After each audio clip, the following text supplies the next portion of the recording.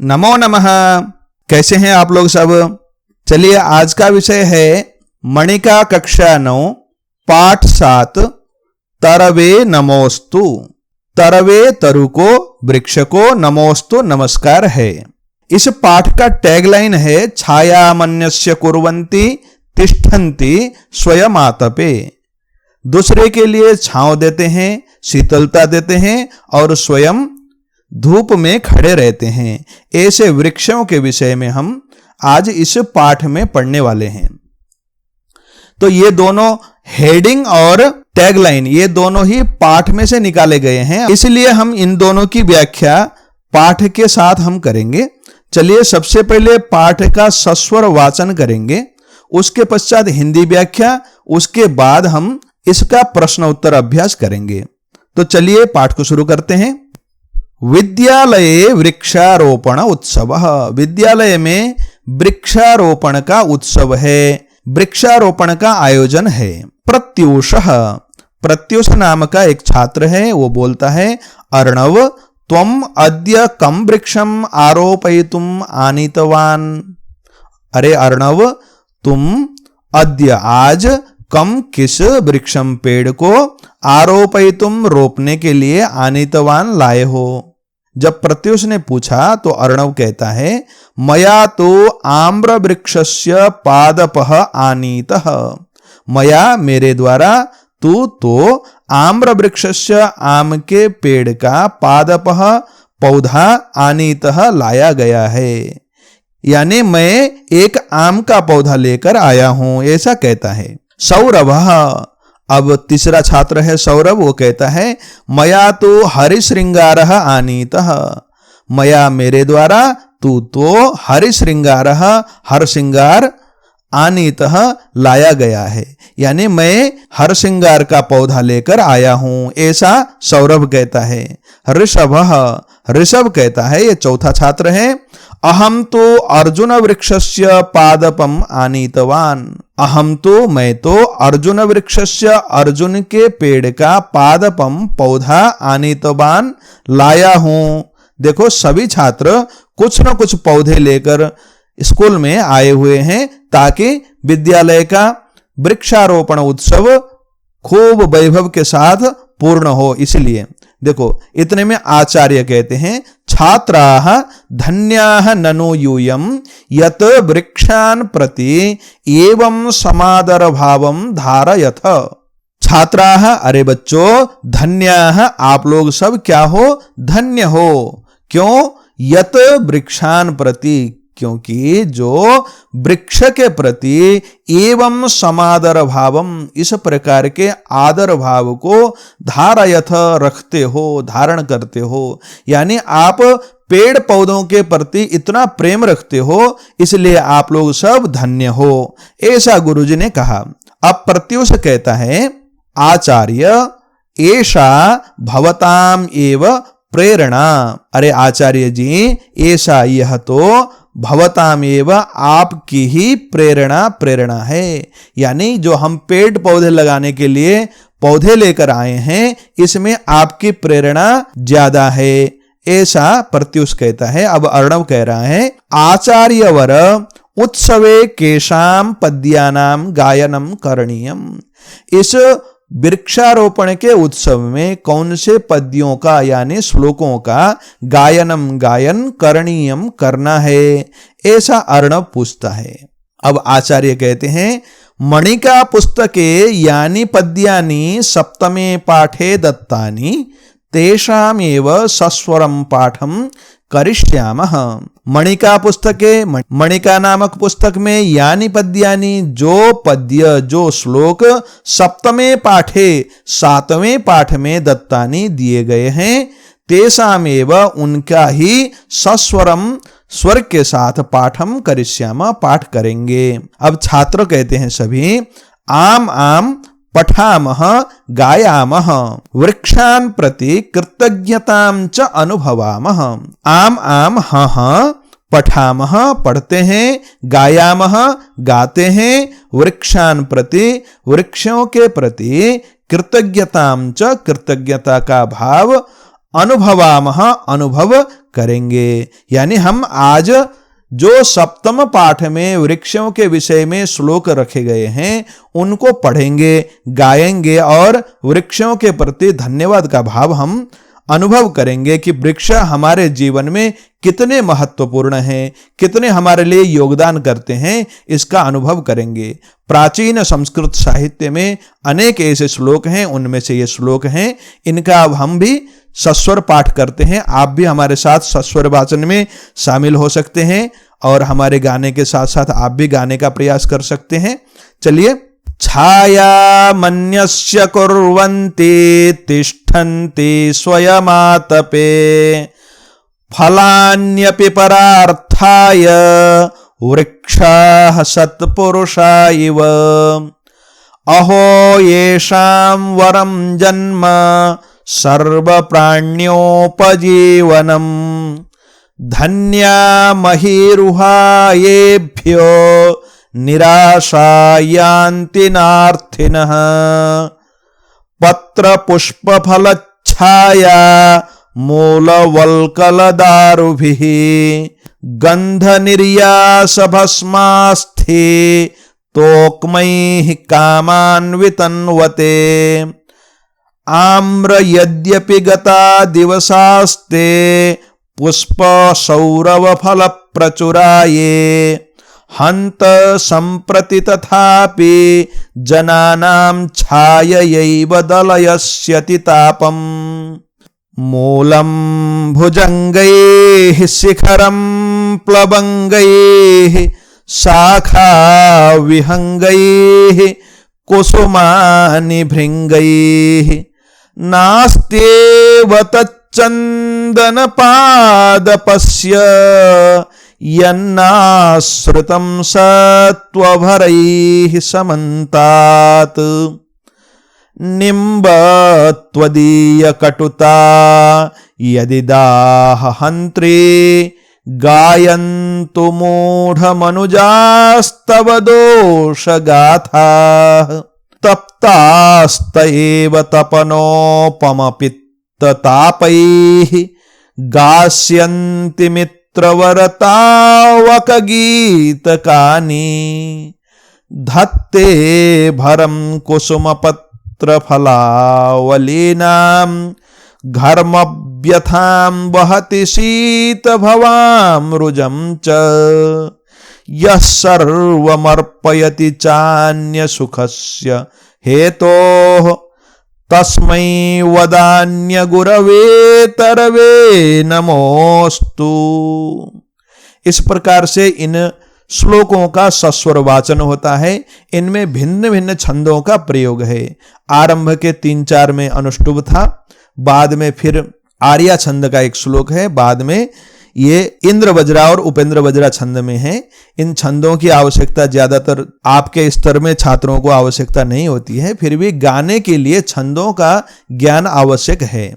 अब हम इन श्लोकों की एक एक करके व्याख्या करते हैं। चलिए। प्रथम श्लोक है छाया मन्यस्य कुर्वन्ति। इसका अन्वय है छायाम अन्यस्य कृते कुर्वन्ति स्वयं आतपे तिष्ठन्ति तेषां फलानि अपि परार्थाय अतः वृक्षाः सत्पुरुषाः इव सन्ति। यानी छायाम छाया को अन्यस्य कृते दूसरे के लिए कुर्वन्ति करते हैं, स्वयं आतपे धूप में तिष्ठन्ति खड़े रहते हैं, तेषां फलानि अपि उनके फल भी परार्थाय दूसरे के हित के लिए, अर्थ यानी उसके हित के लिए होते हैं। अतः वृक्षाः इसलिए वृक्ष सत्पुरुषाः सज्जन मनुष्य इव सन्ति की तरह हैं।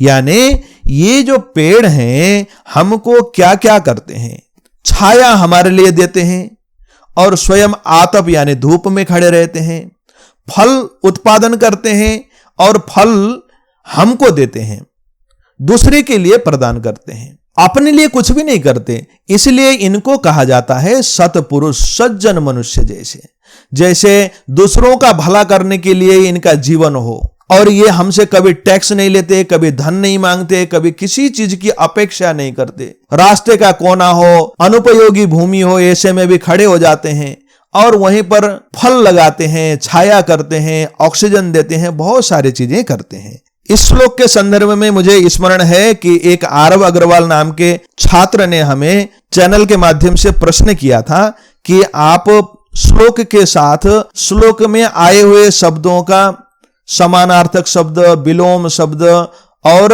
शब्दों का विशेषण विशेष्य भाव संबंध भी समझाइए। देखिए, सारा कुछ करना तो बहुत लंबा, वीडियो बहुत लंबा हो जाएगा, किंतु आपके कहे हुए अनुसार हम प्रत्येक श्लोक में कुछ कुछ विशेषण विशेष्य भाव जो भी होंगे उनको हम प्रयास करेंगे। जैसे इस श्लोक में वृक्षाः और सत्पुरुषाः, ये विशेषण विशेष्य भाव संबंध रखने वाले शब्द हैं। वृक्षाः का विशेषण सत्पुरुषाः है, यानी वृक्ष कैसे हैं? सत्पुरुष के समान। छायाम, छाया, इसका विलोम शब्द होता है आतपम, यहीं पर लिखा हुआ है, यानी छाया, छाया और धूप हिंदी में हो जाएगा। फलानी इत्यादि, तो ये बहुत सरल शब्द हैं। अब हम दूसरे को करेंगे। अहो येषाम वरम जन्म, अहो ये अव्यय पद है। अरे ये तो बहुत बड़ी बात है। येषाम, इनका, सर्व प्राणी उपजीवनम, सभी प्राणियों को उपजीवन अर्थात आश्रय, शरण देने वाला, जन्म वरम, जन्म बहुत अच्छा है, बहुत योग्य है। महीरुहा धन्याः, महीरुह, मही पृथ्वी, रुह उगने वाले, जमीन में उगने वाले अर्थात पेड़, धन्याः धन्य हैं। एभ्य, जिनसे, अर्थिनः मांगने वाले, याचक गण, निराशाः निराश होकर, न यान्ति कभी नहीं लौटते हैं। यानी ये पेड़ की महानता है कि मांगने वाला अगर कोई आता है तो पेड़ से निराश होकर जाता नहीं है। धन्यः और महीरुहाः विशेषण विशेष्य भाव संबंध रखते हैं। महीरुहा का विशेषण है धन्या, धन्य है। कौन धन्य है? महीरुहाः, पेड़। निराशा, ये निराशा शब्द का अगर हम विलोम करेंगे तो आशा हो जाएगा। जन्म का मृत्यु हो जाएगा, जीवनम का भी मरणम होता है। देखो यहां पर इनका जीवन कैसा है? जन्म वरम, वरम यानी श्रेष्ठ है, जन्म का विशेषण वरम हो गया। और उसके बाद किस प्रकार का श्रेष्ठ जीवन? तो यहां पर फिर से एक विशेषण है, सर्व प्राणी उपजीवनम, सर्व सभी प्रकार के प्राणी जीव जंतुओं के उपजीवनम यानी आश्रय देने वाला। सर्व प्राण्योपजीवनम ये समस्त पद है।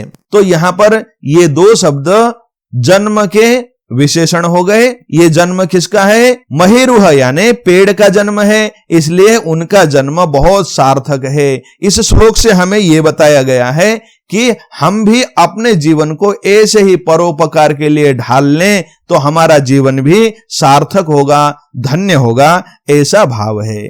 अब अगला श्लोक है तीसरा, पत्र पुष्प फलच्छाया। पत्र पत्ते, पुष्प फूल, फल फल, छाया छाया, और उसके बाद मूल, मूल यानी तना, जिसको हम ट्रंक कहते हैं। जिस तने के सहारे उसकी शाखाएं, पत्र आदि पुष्पित पल्लवित हो जाते हैं। और उसके बाद कहते हैं बलकल, बलकल यानी छिलका, बाहर जो तने के बाहर से लगा हुआ ढका हुआ होता है। उसके बाद दारू भी, दारू कहते हैं लकड़ी को। इतने के द्वारा दारू भी, यहां पर ही विभक्ति लगी हुई है, तृतीय विभक्ति बहुवचन। पत्ते, फूल, फल, छाया, मूल और छिलका और लकड़ी के द्वारा, और इतने ही नहीं और भी चीजें हैं। कहते हैं गंध, गंध यानी सुगंध, जो खुशबू हम निकालते हैं। निर्यास, निर्यास यानी उससे निकलने वाला रस। रस कई प्रकार का होता है, कई सुगंधित रस होते हैं, कई औषधियों में प्रयोग करने के लिए निकालने वाले रस होते हैं। चंदन आदि लकड़ियों से खुशबू वाले तेल निकाले जाते हैं। कुछ पेड़ ऐसे भी हैं जिनसे गोंद निकाला जाता है, जो चिपकाने का काम आता है, खाने का भी काम आता है। ऐसे निर्यास। भस्म, भस्म यानी उन पेड़ की लकड़ियों को जलाकर निकलने वाला राख। और अस्थि यानी उन पेड़ों के अंदर के कोर भाग, जो बाहर के छिलके को निकालने के बाद अंदर का जो सॉलिड भाग है उसको अस्थि कहा गया है यहां पर। तोकमयी यानी छिलका, सुगंधित पदार्थ, उससे निकलने वाला रस या गोंद और भस्म और उसके अंदर के सॉलिड लकड़ियां जिनको अस्थि कहा गया है। तोकमय यानी फिर से छिलका। इन सब के द्वारा कामान वितन्वते, कामान कामनाओं को वितन्वते पूरा करता है, परिपूर्ण कर देता है। यानी पेड़ अपने प्रत्येक पदार्थ से हम लोगों के जीवन को, हमारी कामनाओं को पूर्ण करता है। तो पेड़ का कोई ऐसा भाग नहीं है जिससे हमारा फायदा ना हो, हमारे लिए उपयुक्त ना हो, उपयोग में ना आता हो, ऐसा इस श्लोक से हमें ज्ञात होता है। ये पेड़ पौधे, लता, वनस्पति, ये सब हमारे जीवन के लिए कितने उपयोगी हैं, इससे हमको पता चलता है। आम्र यद्यपि गता इत्यादि श्लोक है। देखिए आम्र, हे आम के वृक्ष, हे आम्र, देखो यहां पर संबोधन कर रहा है कवि। हे आम के पेड़, यद्यपि ते दिवसाह गताह, यद्यपि फिर भी ते तुम्हारे दिवसाह दिन, गताह लद गए, तुम्हारे वो दिन लद गए। वो दिन भाई कौन से दिन हैं? ये पुष्प सौरभ फल प्रचुराह आसन, जो पुष्प फूल, सौरभ सुगंध, फल यानी फल से, प्रचुराह भरे पूरे हुए दिन थे। देखो यहां पर ये दोनों क्या है? विशेषण विशेष्य भाव संबंध के साथ बैठे हुए हैं। दिवसाह, दिवस, दिवस का विशेषण क्या है?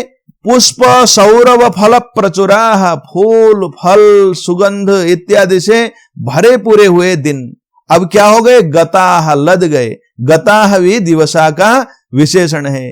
कैसे दिन? लदे हुए दिन, गए जो दिन, इसलिए यहां पर दो शब्द दिवस के विशेषण हो गए। अब वो दिन तो लद गए, फिर भी आगे क्या हो रहा है? कहता है हंत, फिर भी बड़े खेद की बात है। ये हंत शब्द ये विस्मय बोधक अव्यय पद है। देखो, तथापि फिर भी संप्रति आजकल जनानाम अतितापम, जनानाम मनुष्यों के, लोगों के, अतितापम गर्मी को, छाया एव, यहां पर वृद्धि संधि है। आ और ए मिलकर ऐ बन गया। छायैव, छाया के द्वारा ही, दलयसी अतितापम, यहां पर यण संधि है। दलयसी समाप्त कर देते हो, मिटा देते हो। अतितापम गर्मी को, गर्मी को तुम भाई अब मिटा देते हो। यद्यपि तुम्हारे फल फूल और सुगंध से भरे हुए भंवरों के गुंजायमान होने वाले दिन लद गए, यद्यपि तुम्हारे वो फल से, फूल से और सुगंध से भरे हुए दिन लद गए, फिर भी तुम क्या कर रहे हो? अपने पेड़ के स्वरूप में होने मात्र से छाया के द्वारा लोगों के गर्मी को समाप्त कर देते हो। वो दिन कौन से होंगे भाई? जरा याद करो भाई। मार्च के आसपास में, चैत के समय में तो आम के पेड़ में अमरैयां आ जाती हैं, फूल लगने लग जाते हैं और उसके बाद धीरे धीरे फल आते हैं और धीरे धीरे आम पकने लग जाते हैं। जून जुलाई तक आते आते आम, खूब मीठे रसीले आम लोग खा रहे होते हैं। तो उसको धूप से ज्यादा फल से संबंध होता है। यानी हमें मई जून की गर्मी में आम के पेड़ में खूब लदे हुए आम मिलेंगे, इसलिए आम का वो दिन तो कैसे हैं? बहुत अच्छे दिन हैं, स्वर्णिम दिन हैं। वो दिन आजकल के दिन होंगे, यानी जुलाई अगस्त सितंबर, इन दिनों की बात कर रहा है ये कवि। क्योंकि इसी समय में आम के पेड़ से सारे फल तो समाप्त हो गए, लेकिन पेड़ तो खड़ा है, पेड़ छाया तो दे ही रहा है। इसलिए आजकल के दिनों को याद करते हुए कवि कहता है, आजकल तुम लोगों के ऊपर जो धूप पड़ती है, उस धूप को, उस गर्मी को, उससे राहत देने के लिए तुम खड़े हो, ऐसा कवि कह रहा है। अब पंचम श्लोक को करते हैं। मूलम भुजंगई इत्यादि। देखो यहां पर चंदन के पेड़ की बात कही जा रही है। कवि कहता है भुजंगई ही मूलम आश्रितम, भुजंगई ही सांपों के द्वारा, मूलम तना, मूल को, आश्रितम आश्रय लिया गया है, यानी तने में सांप लिपटा हुआ है, ट्रंक में। प्लवंगई ही वानरों के द्वारा, प्लव कहते हैं उछलना, प्लवेन गच्छति इति प्लवंगः, जो उछलता हुआ चलता है, कूद कूद कर एक जगह से दूसरे जगह में जाता है, वह हो गया वानर। शिखरम आश्रितम, उन वानरों के द्वारा, शिखरम यानी पेड़ के शिखर का आश्रय लिया गया है। और विहंगई ही पक्षियों के द्वारा, विहगे गच्छति इति विहगः, आकाश में जो चलता है उड़ता है वो हो गया विहग यानी पक्षी। पक्षियों के द्वारा शाखा आश्रिता, शाखा यानी उसकी डालियों को आश्रय लिया गया है। भृंगई ही भंवरों के द्वारा, कुसुमानी फूलों का आश्रितानी आश्रय लिया गया है। चंदन पादपस्य, चंदन के पेड़ का, तत् न एव अस्ति, तत् वैसा, न एव अस्ति कुछ भी नहीं है। यत समन्तात, जो सब ओर से, समन्तात का मतलब सब ओर से, सर्वतः वैसा ही इसका समानार्थक है, सब ओर से होता है। परितः चारों ओर से हो जाएगा। यहां पर सर्वतः अथवा समन्तात क्यों कहा गया है? पेड़ के चारों ओर से नहीं, उसके तो नीचे भी हैं, ऊपर भी हैं, दाहिनी तरफ भी हैं, बाईं तरफ भी हैं, यानी उसके हर तने, हर टहनियों पर कुछ न कुछ रहता है, इसलिए समन्तात सब ओर से कहा गया है। चंदन के पेड़ का वैसा भाग कहीं भी नहीं है जो समन्तात यानी सब ओर से, सत्व भरई ही प्राणियों के द्वारा, सत्व यानी प्राण से, भरई ही युक्त, सत्व भर प्राणियों के द्वारा, न आश्रितम आश्रय न लिया गया हो।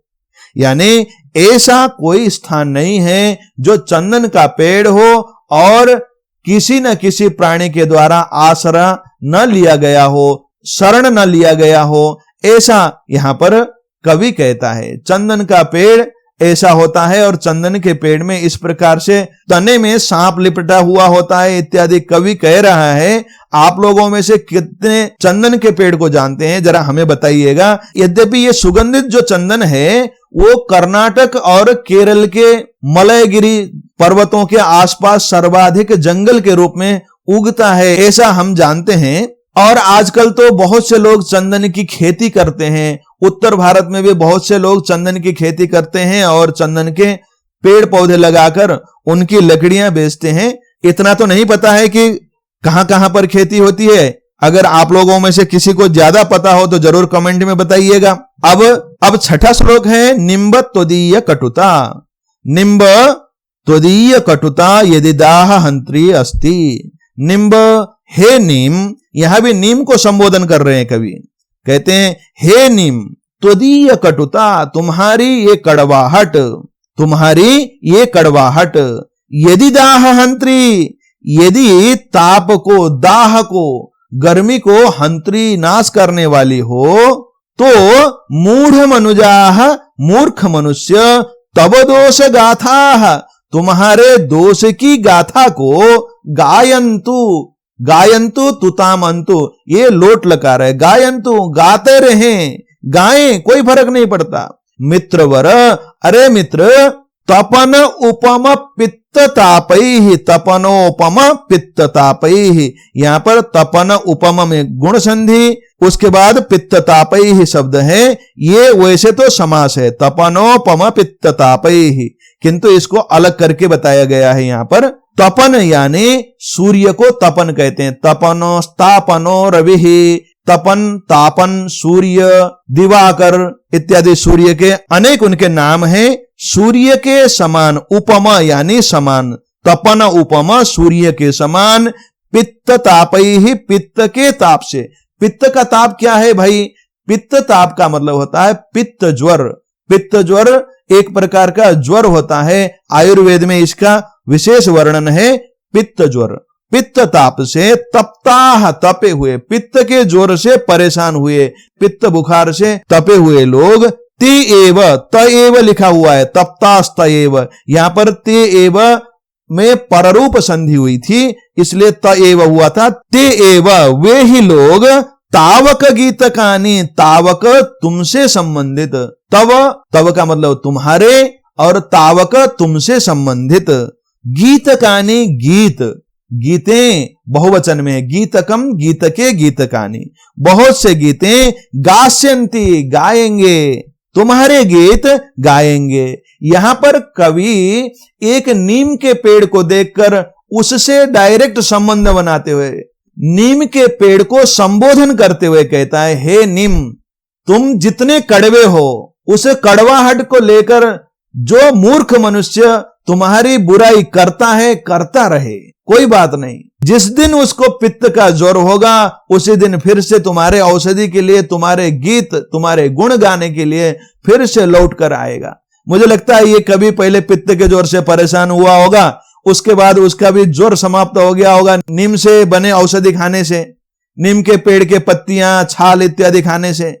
इसलिए आकर उसको नमस्ते करते हुए जरूर उससे सीधे संबंध बनाकर संबोधन करते हुए नीम को कहता है, कभी तो धन्य होते हैं। देखिए इसमें निम्ब त्वदीय कटुता यदि दाह हंत्री, निम्ब की कटुता, कटुता अपने आप में विशेषण है किंतु यहां पर विशेष्य के रूप में खड़ी हुई है। दाह हंत्री, दाह हंत्री यहां पर विशेषण है। किसका विशेषण है? कटुता। कटुता कैसी? कड़वाहट कैसी? दाह हंत्री, दाह को नाश करने वाली कटुता। दोष गाथा और मनुजा ये अलग अलग शब्द हैं। आपको लग सकता है ये कि ये दोनों एक समान विभक्ति और वचन में है तो ये विशेषण विशेष्य होंगे, ये नहीं है, क्योंकि मनुजा प्रथमा विभक्ति बहुवचन में बहुत सारे मनुष्य, ऐसा अर्थ है। दोष गाथा, दोष की गाथा को द्वितीय विभक्ति बहुवचन है। दोष गाथाम, दोष गाथे, दोष गाथा ऐसा बनता है, इसलिए ये अलग है। अब चलिए हम सप्तम यानी अंतिम श्लोक को पढ़ते हैं।